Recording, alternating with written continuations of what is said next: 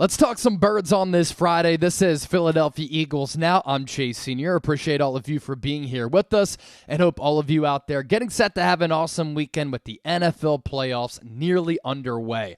Coming up on today's show, more A.J. Brown drama as well as an injury update on the second-team NFL All-Pro. We have a new Jalen Hurts injury update. Are the Eagles going to be without another safety going up against the Buccaneers on Monday? And some more juicy Nick Sirianni, Bill Belichick coaching rumors. First, before we get started, if you want Eagles coverage every single day, make sure you hit that subscribe button down below. And also, sign up with Prize Picks, our sponsor for today's show. Largest independently run daily fantasy sports app in North America. And if you go to prizepicks.com/CLNS, and you use the code CLNS, you get a $100 deposit match. I'm going to put that link down below in the show notes. Daily fantasy sports made easy. You pick 2 or more players, and you choose more or less on their projected stat lines. Once again, Prize Picks, largest independently run daily fantasy sports app in North America. Sign up today for that $100 deposit match. We begin with the latest on A.J. Brown. It seems as though we can't escape all of the A.J. Brown drama, right? It's been a season-long type of situation. He scrubbed his Instagram of everything football-related, everything Eagles-related. He also completely deactivated his Twitter account. What does this mean? It's hard to speculate. It's hard to come up with an answer for what this means. But my question is, why? There's a dark cloud hovering over this organization. The vibes are bad. The Eagles are not feeling themselves. They don't seem to be a confident team. Shoot, they shouldn't be. They've lost 5 of 6 games going into the NFL playoffs. But for A.J. Brown, this is his second season in Philadelphia, and you have to know by now how the city is going to handle something like this, how social media works nowadays here in 2024. And when you do something like this, what happens? People are led to believe that something is wrong in this anxiety-ridden, quick-to-judge society that we live in right now. Oh my gosh, is A.J. Brown unhappy? Does A.J. Brown want out of Philadelphia? Does A.J. Brown want to trade? Are these A.J. Brown trade rumors going to dominate the offseason storylines? Or is A.J. Brown just doing what LeBron James oftentimes does, or what some of these other professional athletes do? And is he just scrubbing and deleting his social media so that he can lock in? Now, that might make some sense because you deactivate your Twitter, then you're not forced to look at it. That's good. But you still have your Instagram, right? And you have some photos on your Instagram. Why are you taking away and taking off everything that's football related and everything that is Eagles related? The vibes are already so off for this team. And now, when you do this, it becomes a talking point among the fans, among some of the media members. It's not something that I want to discuss. So why add to some of the drama and some of the tension that's within this locker room? It's kind of like a, look at me, I'm unhappy, I want attention, I'm going to stir the pot. The Eagles right now are not a team that needs to stir the pot. The Eagles are a team that needs to find their way. The Eagles are a team that needs to lock in. The Eagles are a team that needs to get back on track. If anything, going on the road as Darius Slay might be good for this team because of everything that's transpired and all of the drama that's followed this team. So what does this mean? I guess we won't find out until maybe after Monday night's game when A.J. Brown speaks with the media, if he speaks with the media, and if he's going to play in this game, because the A.J. Brown injury update did not practice on Friday. And I think the extra day of rest is going to be big for Philadelphia, for Jalen Hurts to get right, A.J. Brown to get healthy, and for Reed Blankenship to heal up. Because Reed Blankenship did do some things on a side field today at the NovaCare Complex in South Philly, but he did not practice. And this isn't good. I know that Baker Mayfield is banged up with ankle and rib injuries. He didn't practice on Thursday, but he's played better football this year. You have Mike Evans and Chris Godwin, who both have more than 1,000 receiving yards this year. You lost Sidney Brown. Justin Evans is on season-ending IR. And you might be looking at a safety tandem of Kevin Byard and Tristin McCollum, who's going to have to get elevated from the practice squad. That is not ideal. If one of them goes down, who plays safety?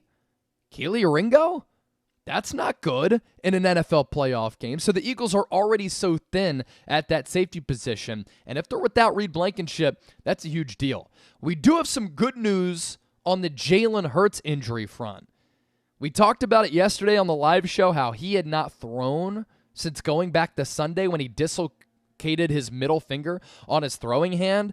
He was throwing today for the first time this week, and he's been wearing a glove the last couple of days at practice. And when he met with the media yesterday, he kind of just kept his hand in his shorts. And that was it. Didn't want to reveal or give anybody a look as to what was going on with that finger injury. But for him to throw today and for him to not really have his velocity affected with Saturday and Sunday and all day of Monday to come, seems to be progressing well with that finger injury. I just think this is a game where Philadelphia has to run the football.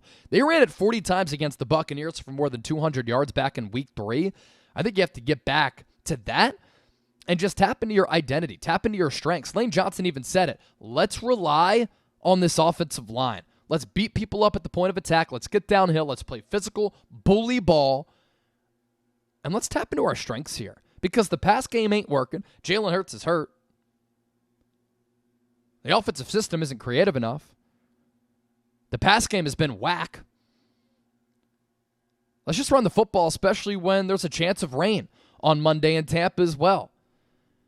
As for Nick Sirianni and his future, as well as some Eagles coaching rumors, Jeff McClain did a great podcast that I listened to last night, right before I went to bed, and provided some really good insight on Sirianni as a coach. He talked to one of his best friends growing up, and some things that he's been hearing on the reporting side, because Jeff McClain, as Big J as it gets in covering the Eagles for the Philadelphia Inquirer, he did say it would be unprecedented, given Sirianni's success, for the Eagles to move on from the third-year head coach. But he did throw this out there, that Jeffrey Lurie is, quote, taking a more active interest in football operations. What that means for Nick Sirianni's future is still too early to tell. Sirianni did say that the players respect him, that he has fans inside the building, that he has had a lot of success in winning games for Philadelphia, and he made it to a Super Bowl less than a year ago. And Jeffrey Lurie usually sits back and he examines what's going on with this football team. But of late, as the Eagles have been on this skid, having lost 5 of 6, he's checking the pulse of this team a little bit. And if the Eagles get blown out against the Tampa Bay Buccaneers, that means 6 losses in your last 7 games. And will the Eagles move on from Nick Sirianni? We'll see.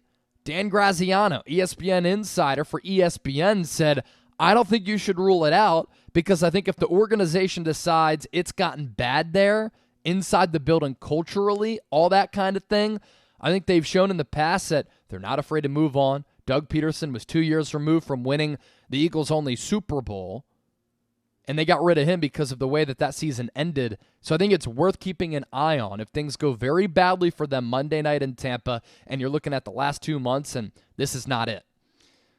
At this point, nothing would really shock me. We know that the Eagles are a very aggressive organization, and there is some Bill Belichick underlyings. Now, McClain, in his podcast on Sirianni, said that the Eagles would never hire Bill Belichick because they like a collaborative approach that doesn't have a lot of resistance. Lurie, Roseman, the Eagles head coach, they always like to work together. And that's been the case really for this organization for a really long time. But Jeffrey Lurie put in a bid to buy the Patriots back in the day before Robert Kraft purchased that organization. He's a New England area guy. And there is a relationship between him, Bill Belichick, Howie Roseman, and the Patriots organization that is pretty interesting. And Nick Wright, Fox Sports, put this out there. And let's see if this makes sense. Let me know what you're thinking down in the comment section.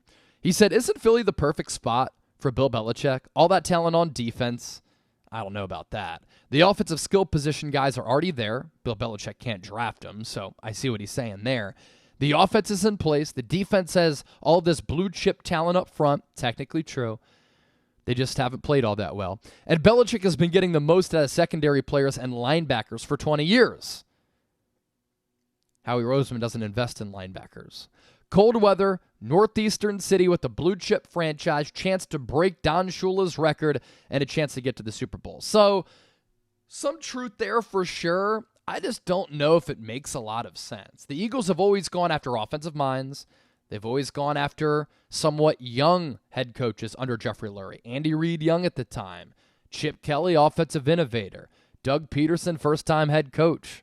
Nick Sirianni, first-time head coach. I think they give Sirianni another year, but the pressure's going to be on, and he's going to have to make changes to this Eagles offense. But nonetheless, very, very interesting stuff right there. All right, just wanted to hop on the mic here on this Friday and talk some Eagles.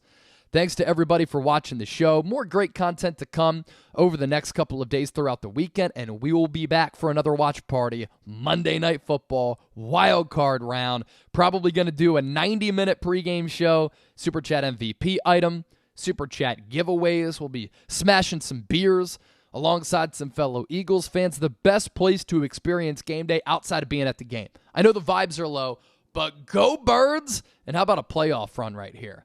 We'll catch you later. Peace.